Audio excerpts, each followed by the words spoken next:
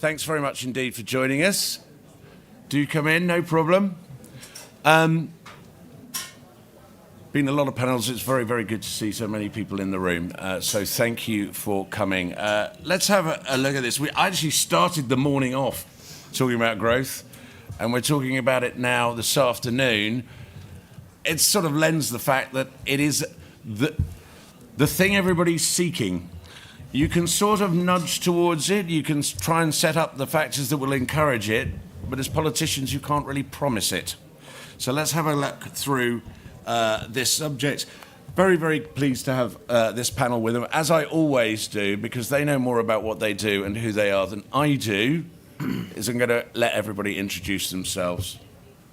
Andrew Griffith, one of the Shadow Cabinet, now in opposition, formerly, I think, having a pretty key role to play in contributing to growth, both as Science and Technology Minister and as City Minister before that, both right at the sort of frontier points of the economy. But my real life was in business. So for 27 years before this, I was a finance director in business. I have to get used to saying this. I'm Giles Dillnott. I'm the editor of Con Home. I'm Rain Newton-Smith. I'm Chief Executive of the Confederation of British Industry, affectionately known as the CBI. So we speak for businesses across all sectors and regions of the UK. And my background is as an economist, so speaking on economic growth, very appropriate. I'm Sam Richards, the director of Britain Remade, the campaign to get Britain building. Fantastic. Well, let's kick off. I mean, Andrew, I'm going to start with a bit of the politics, and you touched on it a little bit there. If we're going to talk about how we fit Britain to get the growth that it needs, let's have a little bit of audit of where do you think we got to and what didn't we manage to create? Yeah, look, I think a large part of portfolio growth, if you like, is the investment decisions you make. And I think the government got it mostly right in terms of identifying areas of opportunity for outsized growth. Now, we'll all have a slight different favourite list, but whether you pick the clean energy transition, areas of science and technology like artificial intelligence, quantum, the life sciences, financial and professional services, the creative industries and advanced manufacturing. I mean, it will tend to be that individual politicians will have 6 or 7 out of those on that list, but there was a pretty consistent theme of where we in government identified those opportunities for the UK economy.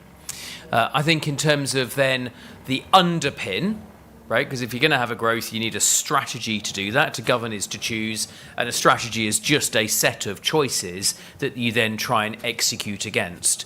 And I think those horizontals, if you like, the underpins include access to capital, where our work was half done. Some good work done by myself, Jeremy Hunt, the Chancellor, many others. But we did a significant change in terms of how British businesses, from the very largest to the very smallest, can access capital.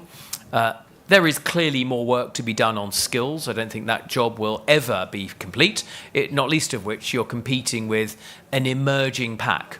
And by the way, I have a strong point of advocacy that when we politicians should be measuring ourselves, it should be against the G20, not the G7, because it's the G20 economies that are the pace cars. With the exception of the US, the G7 tends to be large, mature, Western-style economies, many of which have some of the same challenges we have. Then we get, Giles, into the more controversial and perhaps arguably the areas where we made less progress than we would like, and we can talk about how we now go forward and have a debate about changing that fundamentally for when we get back into government.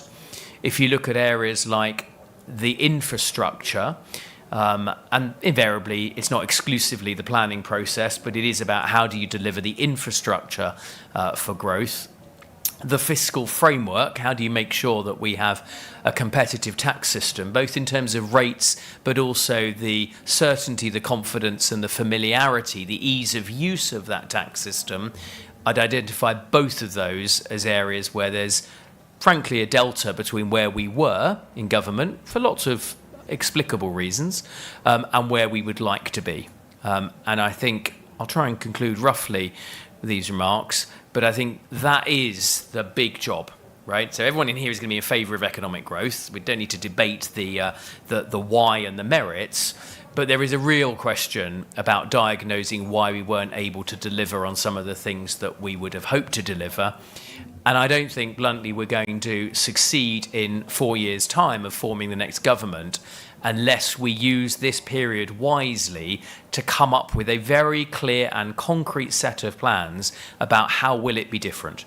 How will we restore the line of sight to third-party regulators, and arm's length bodies. That's a real impedance on economic growth.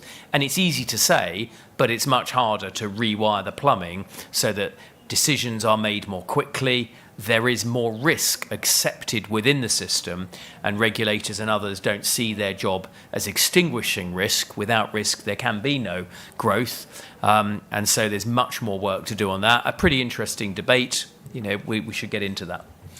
From a CBI perspective, there are lots of, we had the city in here this morning, and they're saying, clear engine of growth.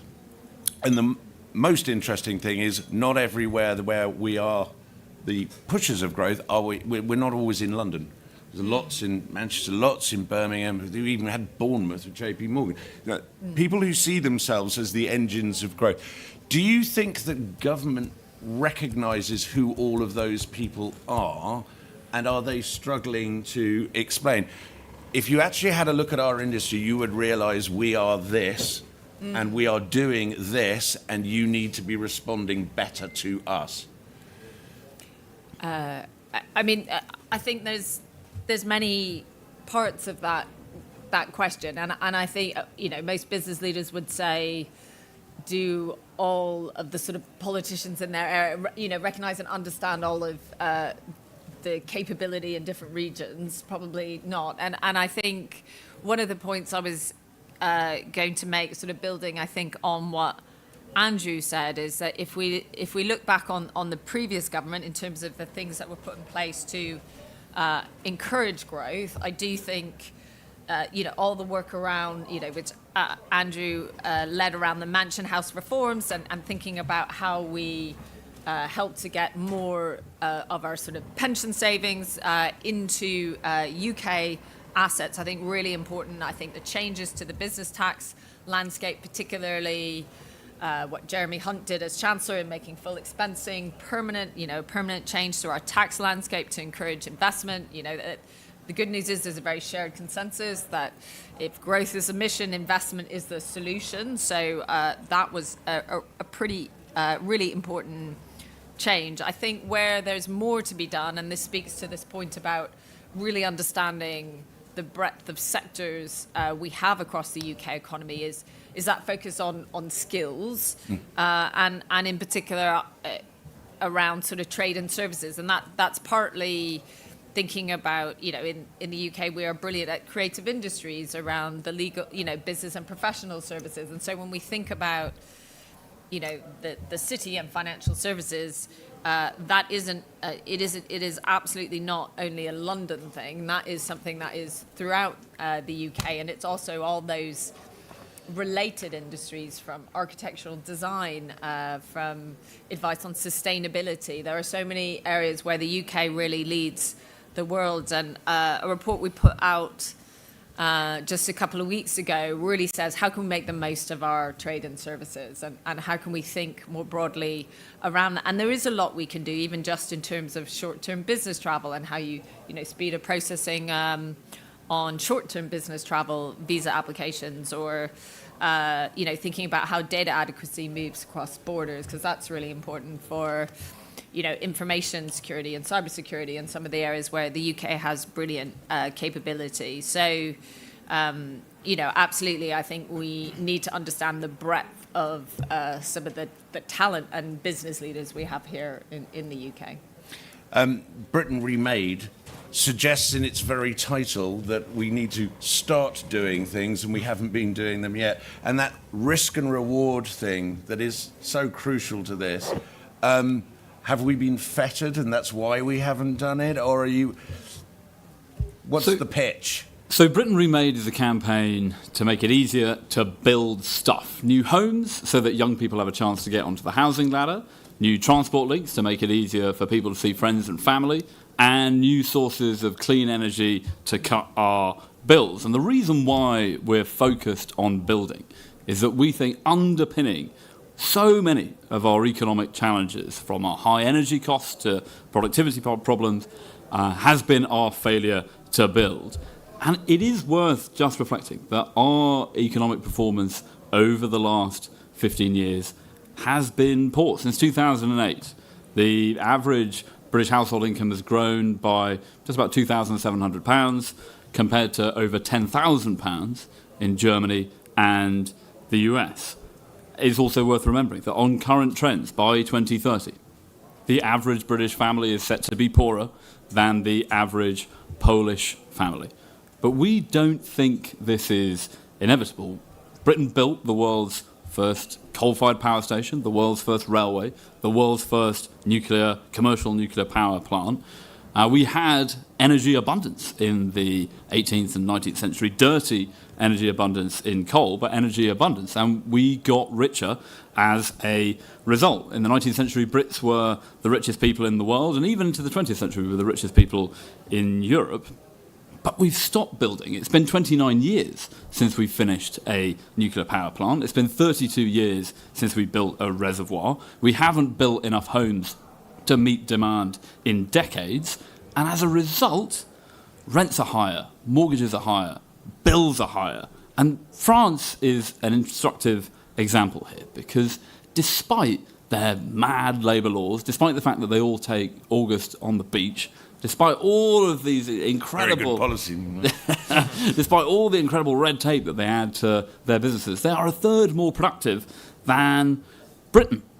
And this is because they've built some stuff. They were shielded from the impacts of the gas crisis after Putin's invasion of Ukraine because they had a fleet of nuclear reactors. High-speed rail costs 10 times less to build in France because they aren't bound up with the same environmental impact assessments. They don't have the same planning challenges. It's much easier to build housing in France. So what do we need to do? Quite simply, we need to get building. We need to remove planning restrictions, make it easier to build homes, particularly in urban areas and around existing train and tube stations where people want to live and work. We need to empower local leaders to raise the funds to build new trams and metros. And we need to remove the planning barriers to building new nuclear, new offshore wind, new onshore wind, new sources of clean power. Because the prize, if we do get building again, is absolutely enormous. And that what we should take away from this, there's actually, I think, a real sense of hope here. Because we know what the problems are. This is not some undeterminable challenge that we have. We have no idea how we're going to get through this. There are just some fundamentals that if we get those right, we can all be significantly better off. Andrew, some of this, we're at Conservative Party conference, we're Conservative home. You know that some of the things that unleash what Sam's talking about require people to go, okay, well, I'll have that built here and I'll have that built. We haven't always been brilliant about that. We say, at the macro level, this is what needs to be done, this is what will feed growth. And so, oh, hang on a second, that's next door to where I live. That's not always been easy for us, but how do we have that discussion within the party to go, these are the things you need to unleash to make this happen? I think it's all problems tend to be sort of large and multivariate. And, whilst you will have any planning system is essentially about allocating a scarce and finite resource. So you're always going to have some process involved in that. I think it would be too easy, too optimistic perhaps to think, well, if we can just, jig some of the presumptions in planning, all's going to be good. I've never, for example, found a community that's against having more of a tech park or a life sciences campus on their doorstep. Everyone wants one of those, every little district wants that. And yet the number of bodies that are empowered to say no, from Natural England to local council authorities. I mean, we've created a model of devolution that isn't really devolution. It's just an extra layer. right? I mean, the typical reticence of Whitehall to hand away power means that as you've devolved things, you've just got more people in the room, more potential voices and more consents to have. A lot of impedances again, even when you've got planning consents. There's over 1 million residential home planning consents unbuilt. Sometimes that's about the economic incentives, but a lot of that is about points on infrastructure. Can I get the energy tails from the national grid? So it's a complex problem. The way I advocate looking at that is to ultimately restore greater levels of accountability. If you put in place a body, and it's invidious to pick on any one, because I genuinely don't think there is a silver bullet. If there was, we'd have pulled the trigger and fired it. What you've actually got is this, essentially, and I don't mean this in an overly negative sense, but you've got essentially this sort of Blairite settlement, where vast amounts of power that we would otherwise have expected to be conferred on elected politicians at various levels has been highly federated. Those bodies themselves have poor governance and accountability. They're all highly risk averse, because you would be risk averse if you're on a really quite staggeringly large salary and an even more staggeringly large public sector pension. You have no incentive to take risk. All of your incentives are to avoid anything that looks remotely controversial, and change and risk is always controversial. And then you put on top of this a sort of jurisprudence that's the best or the worst of the European system and the worst of the English system, and everything is subject to being relitigated. And if it's not actually relitigated, there is so much time spent on consultations and preparatory work and extensive business cases so as to slow the whole thing down. So our issue isn't necessarily about the outcomes, because although it's taken a jolly long time as Science Minister, there were plenty of new science parks and residential development around the Oxford-Cambridge cluster. There is some infrastructure going in. It's a good example of what good looks like. But that has been many decades of work to get from here to where we want to be. And so I think the big issue for us is, how do you improve the clock speed? How do you permission a directly elected government of whatever flavour it is to come in and execute a mandate? I'm completely with Sam on the problem statement. I just don't think there's a singular answer that says, well, we can just change this individual part of the system and all will be good. Oh, were that the case? Do you mind if I just ask, do you think that we did enough, Andrew, to reform the way that we do consultations, to reform judicial review, and to reform arm's length bodies, in particular the Environment Agency, Natural England, and the way that they gum up the planning process? Or is there more that we could do? Hell no. Hell no. We didn't do anything like enough. I mean, regrets, I have a many. And I think, there wasn't a huge amount of bandwidth in the time that I was in Parliament and government, but this is the job of work, right? I mean, to me, it's the sort of, Seldonian exercise ahead of 1979, where both parties have effectively accepted a set of tram lines, a broad consensus about the way in which government should operate. That is highly fettered in terms of delivering the outcomes. It's why I ultimately believe that this current government will fail, because I think the gap between expectation and delivery will be exactly the same as we faced with our challenges, and ultimately that will sow the seeds and the appetite, as long as we're up front and we do the work now and we have the policy debates, and then we come forward and get a clear manifesto commitment. A little bit like contract with America, if you look at that process, bottom up, but make sure that we're going in with a clear upfront plan about how we will change this. How do you restore some of the accountability? How, in some cases, do some of these arm's length bodies cease to exist, and some of those powers and responsibilities revert back to democratically elected politicians? I'm not going to answer all of those right now, but please, for goodness sake, let's have a really good debate, because that is the answer to how we do exactly what Sam said. Goodness me, new homes, new transport, new clean energy. I'd probably add a few more things to the list. I'm listening to that and just reminiscing of 2 years as a special advisor in government. And so often, you all know this, you talk to the civil servants and the civil servants say, well, of course we want to do this, Minister, and we will do this, Minister, if you ask us to do this. But I'm just going to bring in the legal department and go, yes, we'll be taken to court and we'll lose. Or this body, this body, this body will absolutely trash us. And you're like, that cannot be the answer at the end of the conversation, and so often was, and why we couldn't necessarily free things up. We're talking about obstacles to growth. Do you recognise the obstacles that Sam and Andrew are talking about? Does that resonate with you and the people you represent?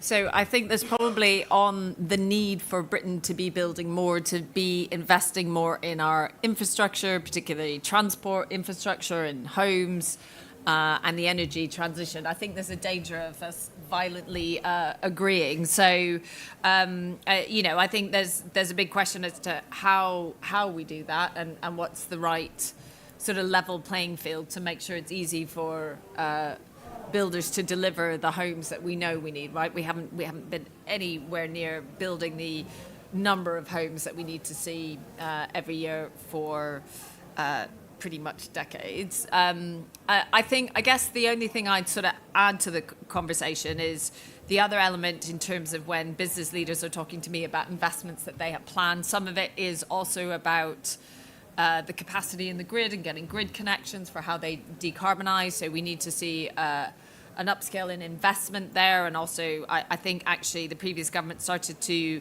look at how we move past just first in the queue system and have a more strategic approach to who gets a grid connection, so it's more aligned with where we see strategic energy needs, but clearly more needs to be done on that. I think the other element, though, around the built environment where we absolutely need to have a focus is if you talk to construction companies, 4 in 10 cannot meet existing demand, cannot find the people to meet the existing demand that they have on their books. So if we are going to get Britain building again, we absolutely need to think very carefully about how we build the skills we need to see in the UK. And some of that is about training. It's about having a more flexible approach to the levy fund and how that is used to upskill, how we use the role of universities and further education colleges. But I think it is also around having an honest conversation around immigration and the role that can play on very acute skills shortages. Can I just pick up that point about grid connections? Because it sounds incredibly dull, but it is really, really super important. Does anyone know how long it takes to physically build, actually construct an offshore wind farm? These massive turbines the size of the Shard out in the North Sea. Does anyone want to guess? 2 months. That's incredibly optimistic. You're hired. Does anyone? So to actually build the things, it takes just 2 years. Yeah. Incredible. I mean, these are vast structures, as I say, the size of skyscrapers that generate huge amounts of power. But to get an offshore wind farm up and running in Britain, it takes up to 13 years. And that gap, that 11-year gap, is almost all in, both planning regulations and the length of environmental impact assessments, which can go into tens of thousands of pages, and then waiting in the queue for a grid connection. All of that is curtailable, but yeah. So on the planning front, is the planning system sophisticated enough at the moment to understand the sort of things that we're talking about being unlocked? Give the example of people wanting to build data hubs, right? The problem with that, massive amounts of energy, but got to remove the heat from it. And I was just talking to someone before we started about the idea of going, well, you have a data hub, we use the heat exchange to heat a swimming pool, and we'll have a leisure centre next to it. And is the planning system sophisticated enough to go, sorry, what is this? Is it a leisure park or is it a data hub? So, and then you hear people give examples of the planning application was that big. Is it sophisticated enough, flexible enough to understand the sort of things you're suggesting will need to be done to unleash what you want? I would say that the planning system is too sophisticated in that it is too complex.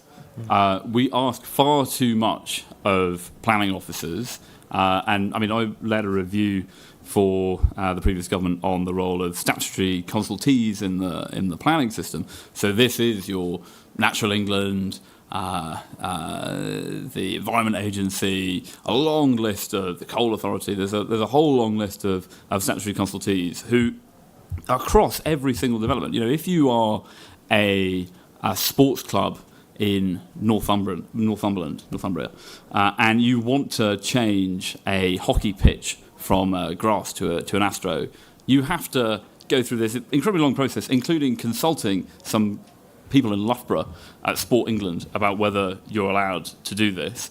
I mean, this is crazy. Like, they should just be allowed to just crack on and change it because they know what's best for their club. So I would say that the system, if you want to say it, is almost too sophisticated. It's too complex. Yeah, exactly that.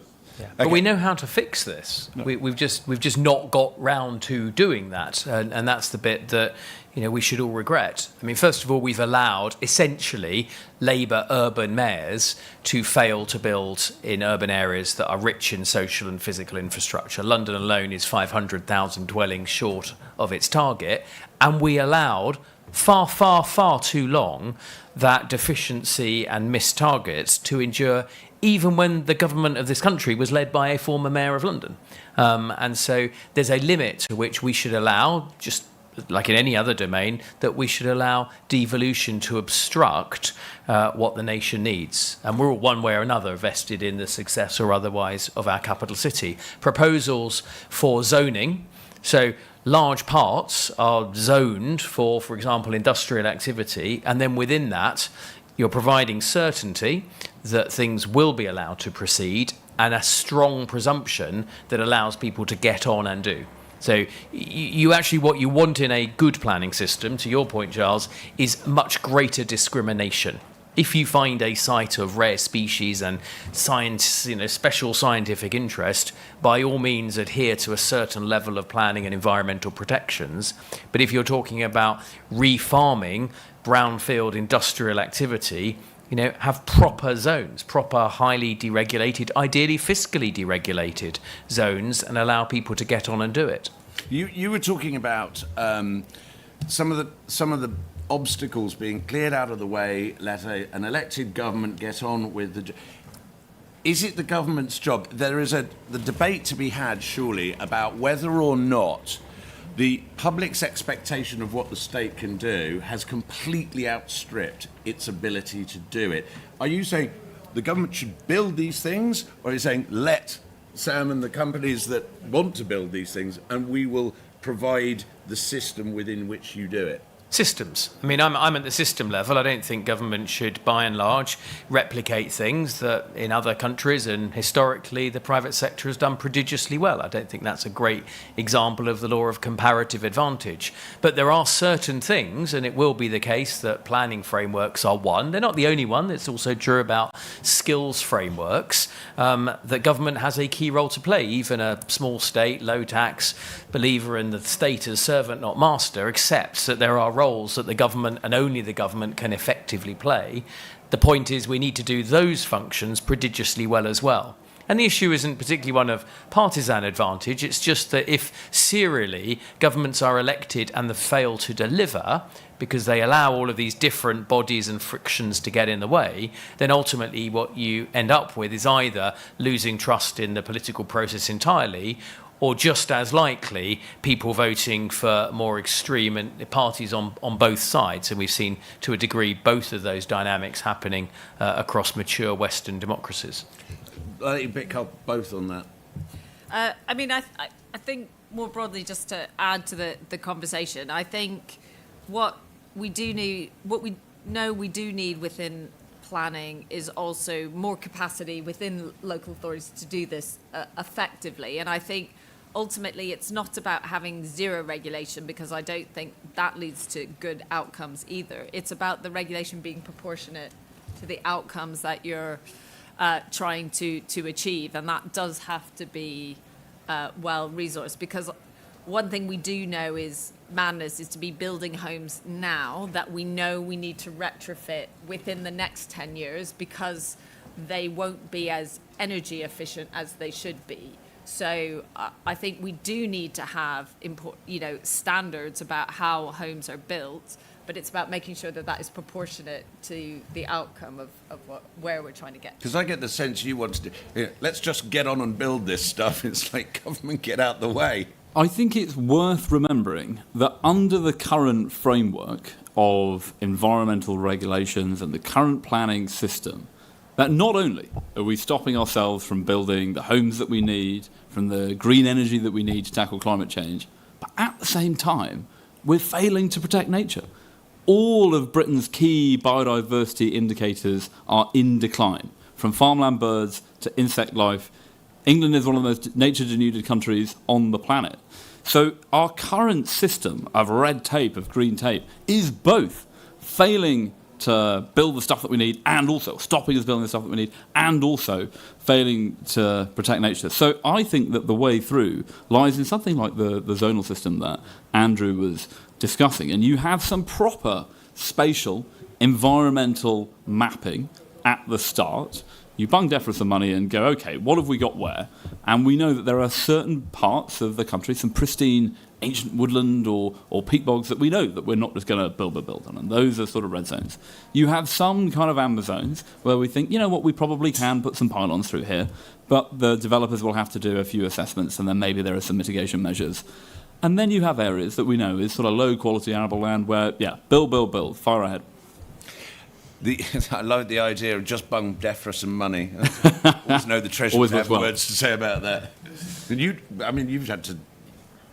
Finding money to do these things, there's always the competition within government. Is then the argument that growth is... the search for growth has become so important that it has to move much further up the agenda. And of course, we've got a government right now that says, well, that's exactly what we want. That's exactly what we're trying to do. Yeah, look, I don't think, for starters, I don't think growth should ever be a last resort for government, but it is a function of the straitened financial circumstances that we're in and the global competition with emerging powers, other G20 economies, the fact that by and large, both capital and labour are more mobile than they've ever been historically, that all politicians are quite rightly, because the job of politics is to improve the prosperity and the lot of the people that you represent, whether that's at a constituency or a country level. It is quite right that all of our politicians, to a greater or lesser degree, are on a quest for growth. What we have to do, our role and the role of all governments in that, is then look at what are the impedances. Right? By and large, coming from a conservative philosophy, I trust people. Human ingenuity combined with free trade is what's lifted us out of poverty. It's given us a high standard of living and a greater life expectancy. So what's the primary role of government is to allow that natural human nature to continue to do its job prodigiously well.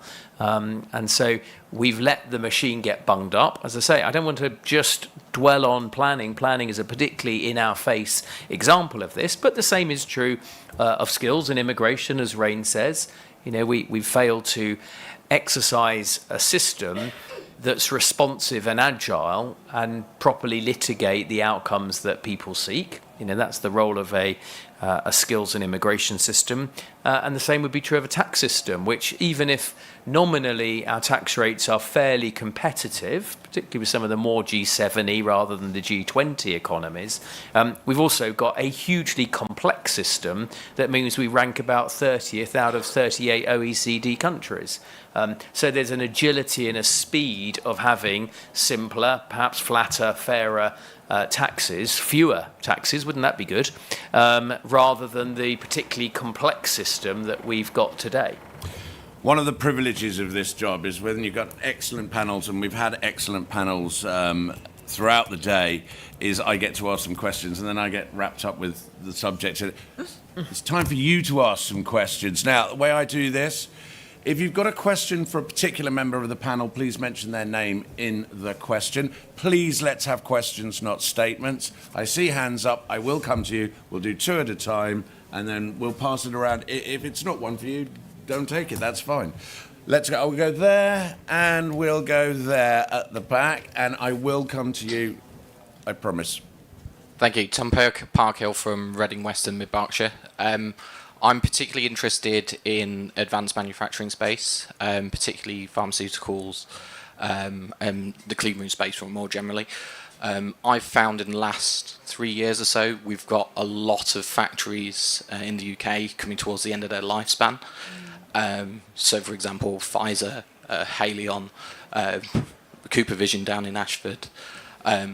These are big employers in the areas, and they're deciding to either not reinvest in the UK or invest elsewhere, either in Europe or further afield.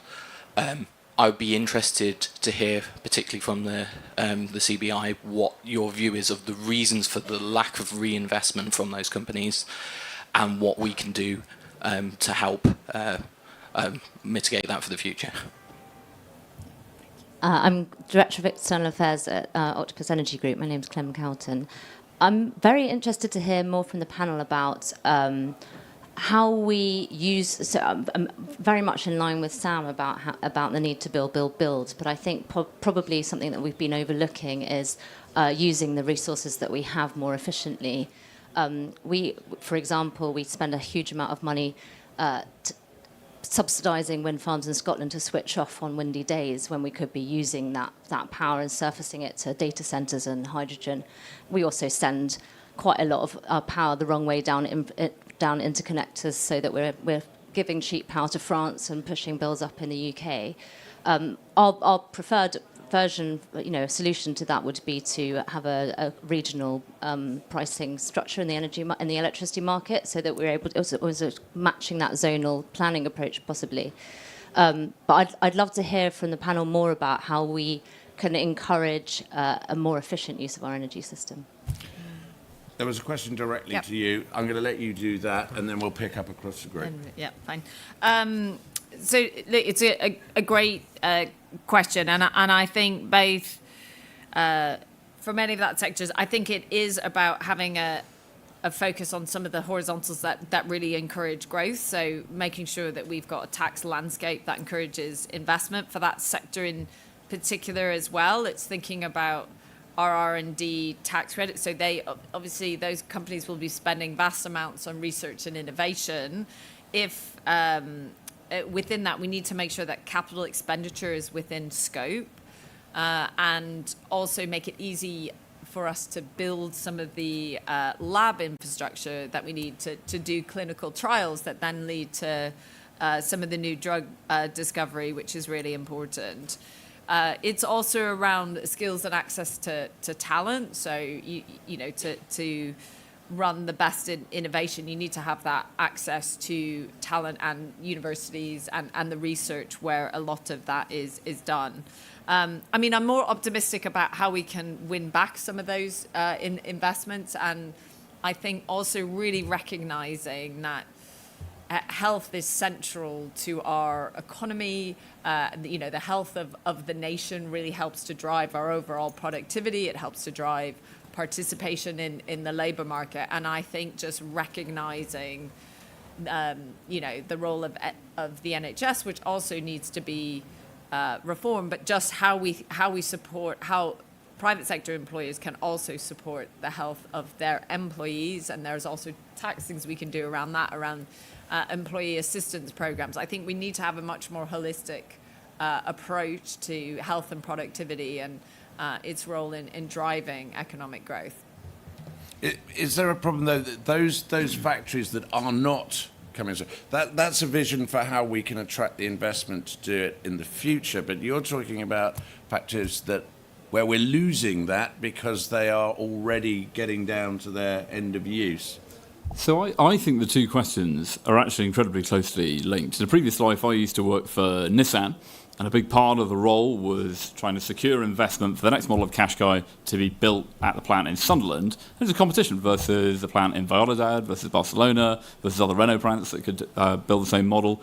And one of the biggest challenges that the Sunderland plant has in competitiveness is the incredibly high energy costs that industry faces in Britain.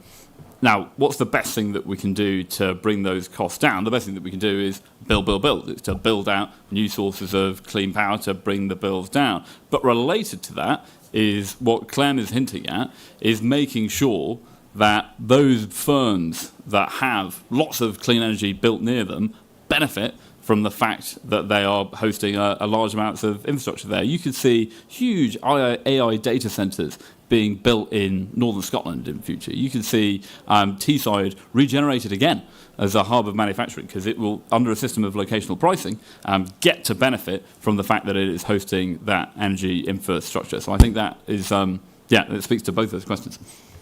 What about that issue of us exporting cheap energy and then basically our bills going up here? I mean, one of the problems it seemed with the energy debate, which we were having here this morning, is that our involvement and understanding as the public, as the voter, is that you only really think about it when you look at your bill. You're only thinking about it in terms of pricing. Well, that's true of a lot of categories, and it is a responsibility of government, for example, to look at resilience as well as the infrastructure behind that. I'm a Octopus Energy customer. Thank you for your excellent service and great communications, and that certainly does break down used in an advert break now, down barriers. Yeah. Well. I won't make any jokes about rates being available. That's one for Lord Ali.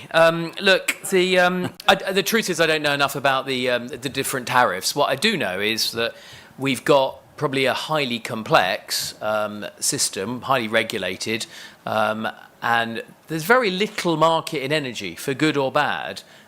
We don't see markets do what they do in other industries, which is provide clearing prices, provide reliabilities, and particularly fund long-term infrastructure. Now, I think more of that is happening now. The factors of production are being assembled.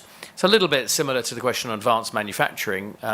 Under my tenure, we came up with the Life Sciences Manufacturing Fund. We brought Moderna here, the single largest manufacturer of new types of therapies. And there's a big job of work to do. It's not just about fiscal incentives, it's about access to NHS data, to drug trials, and also the behaviour of the NHS as a monopoly buyer. So it's a big and complex problem, but it's something that's very important to the future of the UK. Life sciences is one of our absolute superpower industries. I know you wanted to do one, so I'm going to have a question there, and I got a question there. Hang on a second. I will try to get through everyone.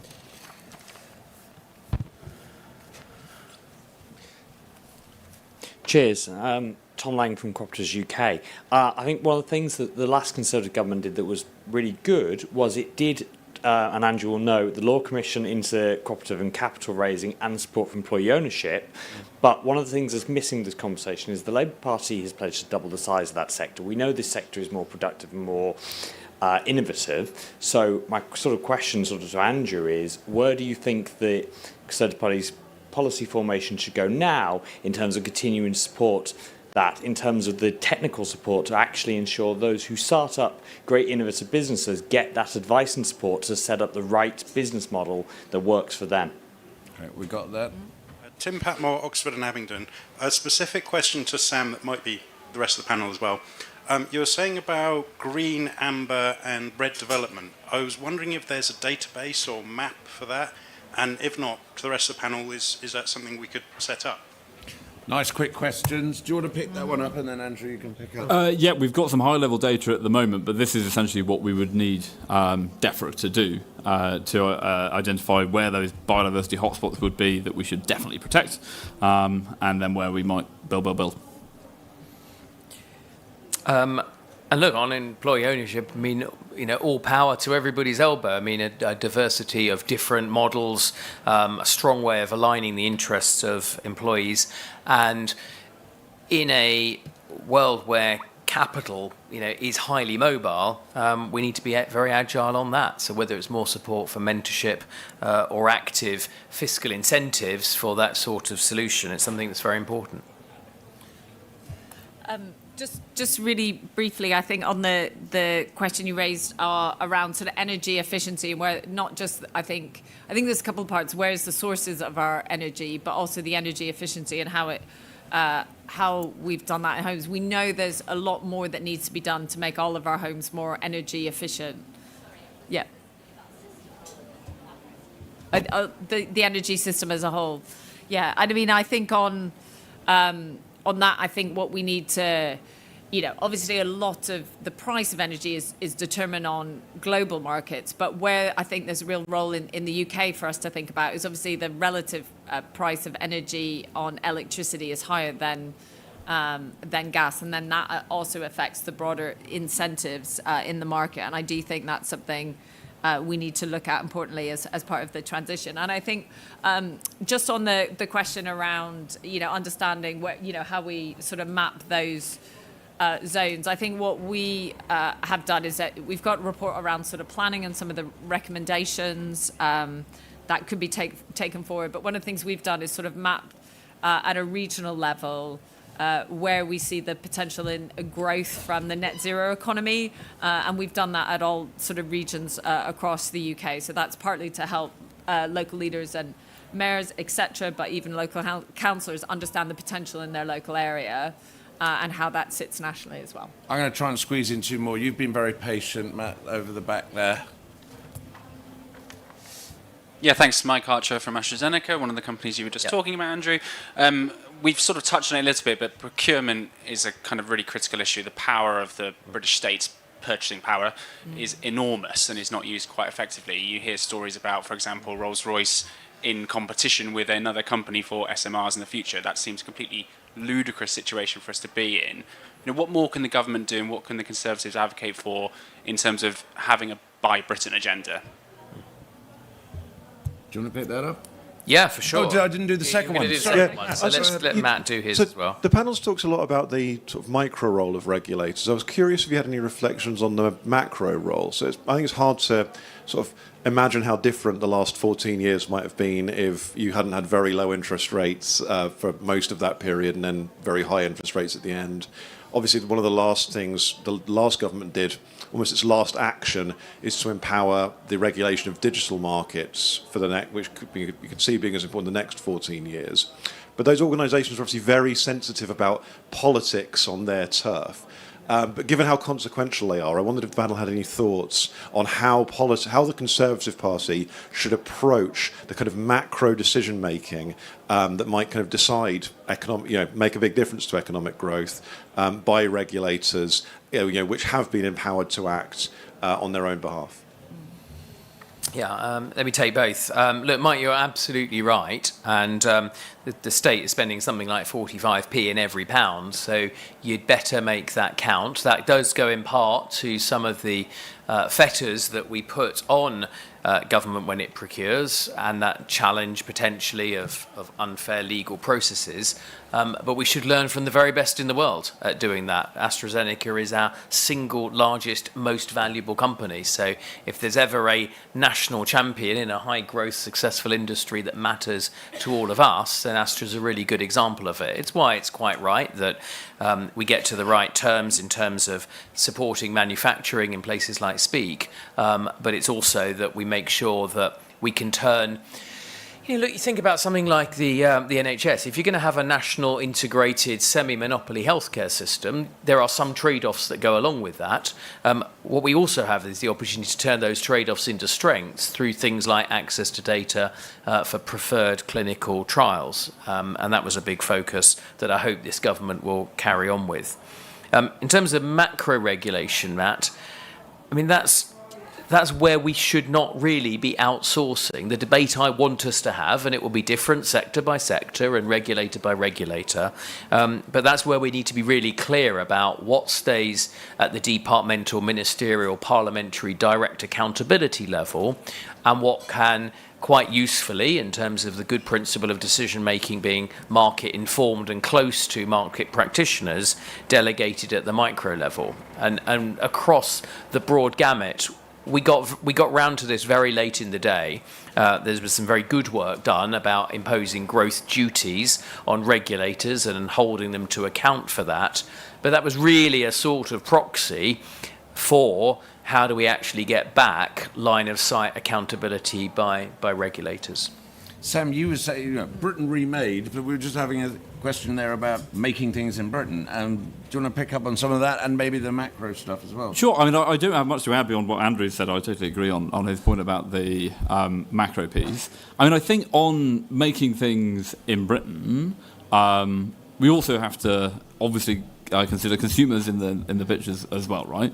And the reason why there is that competition is because there is a chance that we will be able to deliver cheaper bills for consumers through the American model.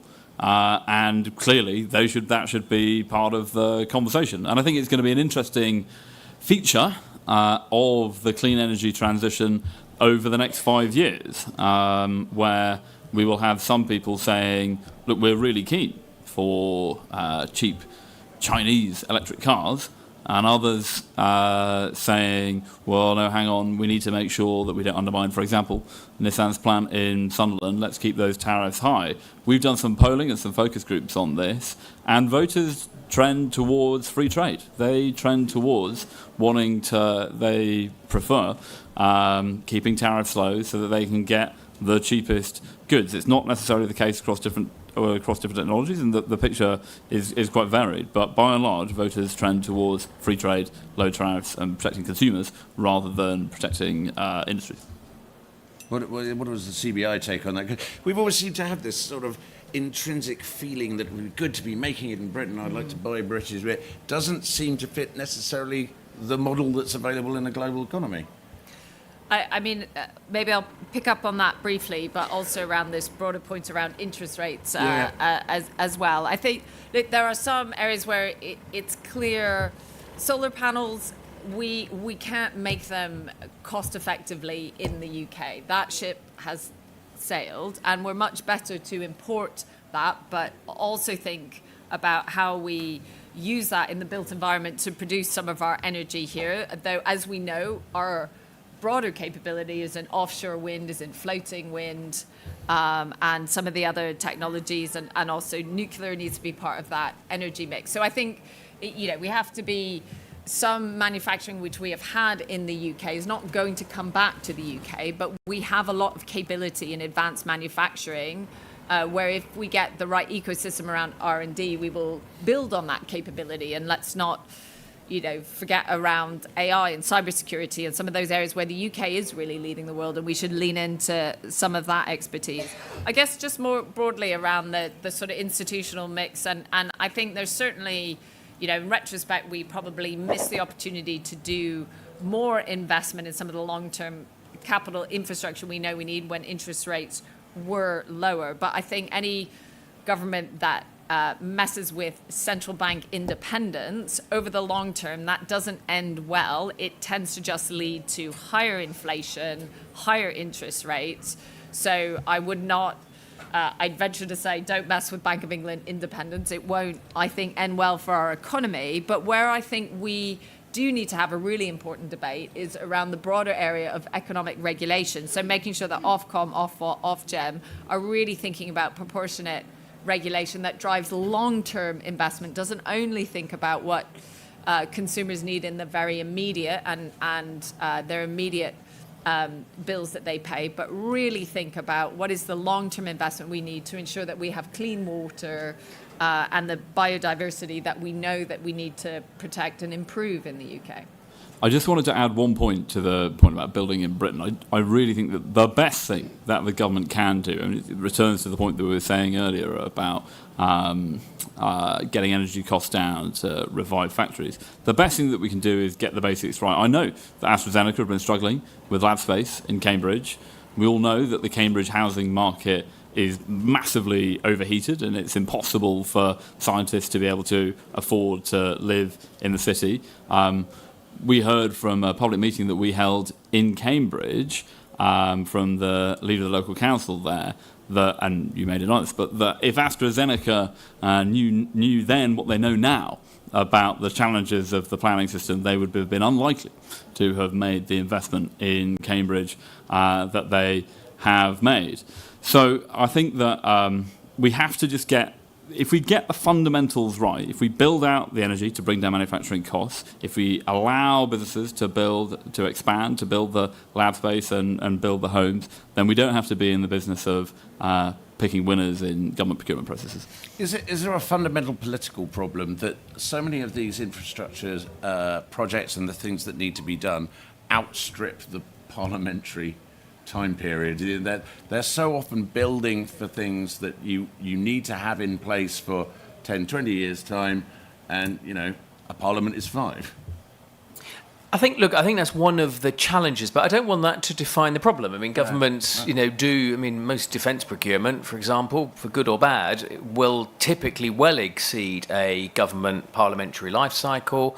Anything to do with energy, by definition, when we were investing money in science and technology. I mean, those innovation pipelines are often 20 years, and that we weren't a slightly bit abashed about doing that because we felt it was the right piece of economic strategy. It helps if there's a degree of consensus about the direction of travel, but I don't think that is always the issue. I mean, that's the job of leadership. Where it can be a challenge is if the delivery doesn't follow through, not necessarily in that same time frame, but if people lose faith along the way because timetables slip, budgets go up, the burden to the taxpayer increases, and then understandably, the whole of the accountability mechanisms pile on in. So I still think it's primarily a delivery issue. Political cycles are what they are, but I don't think that is an insurmountable problem if you get everything else correct. I'm very, very grateful to Britain Remade. Without them, we wouldn't be having this discussion. So, Sam, what's slightly difficult is that your message is really, really simple: build stuff. But we've talked through some of the complexities of that. Are you still optimistic that this message, which is easy to say, is actually going to land and you're going to see that stuff built? I'm hugely optimistic, and as I said at the start, the great thing is, despite the immense frustrations that we all feel at this quagmire that we're stuck in, we know what our way out is. We just get the basics right and get building again. 100 years ago, Britain was the richest country in the world. 50 years ago, we're the richest country in Europe. We can get back there again if we build the new sources of clean energy, new transport links and new homes this country needs. It doesn't have to be this hard. And that needs will, doesn't it, Andrew? It needs political will. That kind of delivery of here's the solution to the problem, which would take you it took it 20, 30 seconds to deliver. You can say that to the civil service and they're like, whoa, I need a little bit more than just that. Can we do it? Yeah, look, we can absolutely do it, and to play devil's advocate, Labour have got a really good opportunity to do it too. I mean, they've just got a big majority. They've got, ideally the same broad alignment. There's bold things that they could do. I'll give you a real life example. An agenda we found really difficult: consolidation of local government pension schemes. Okay, that's something that there's absolutely no reason. One of our impedances was political partisanship. Most of those local government organisations at that time were Labour controlled. You're obviously going to get a certain amount of resistance and backwash. If the Labour government is serious about infrastructure and capital, they could do that tomorrow. Right? The civil servants know what to do. It's easy to do. It's just political will. I'll give you another example: autonomous trains. Right? A vast amount of capital and energy is spent on talking about autonomous driving, but roads are an incredibly noisy, difficult environment in which to automate. Trains, many trains around the world, already fully automated. Some parts of the UK train service already automated. As a technology problem, because that domain essentially runs on 2 parallel steel rails, which were typically laid 100 years ago, that is a very easy environment in which to deploy autonomy. So a Labour government that's serious about some of these productivity benefits could come in tomorrow, face down its union donors and say, to hell with this, we're going to get on and deliver autonomous rail as a stepping stone in due course to other forms of autonomous vehicular transport. Now, those are examples. They're political wills. Maybe I'm choosing some that are slightly politically contentious, but a government with a majority and with a determined will can absolutely do that. We were impeded, sadly, by COVID and some some other exogenous factors. I'm sure there's some culpability as well on I and my colleagues. But, we've reset that. For UK PLC, there's no reason why this government, perhaps with some different interest groups, can't get on and do it. Thank you very much indeed. Thank you all for coming, and thank you once again to the panel, and thank you, Sam, and to Britain Remade for making a very simple and very eloquent case, but also for sponsoring our event. Thank you very much indeed, all of you. Thanks everyone for coming. Thank you.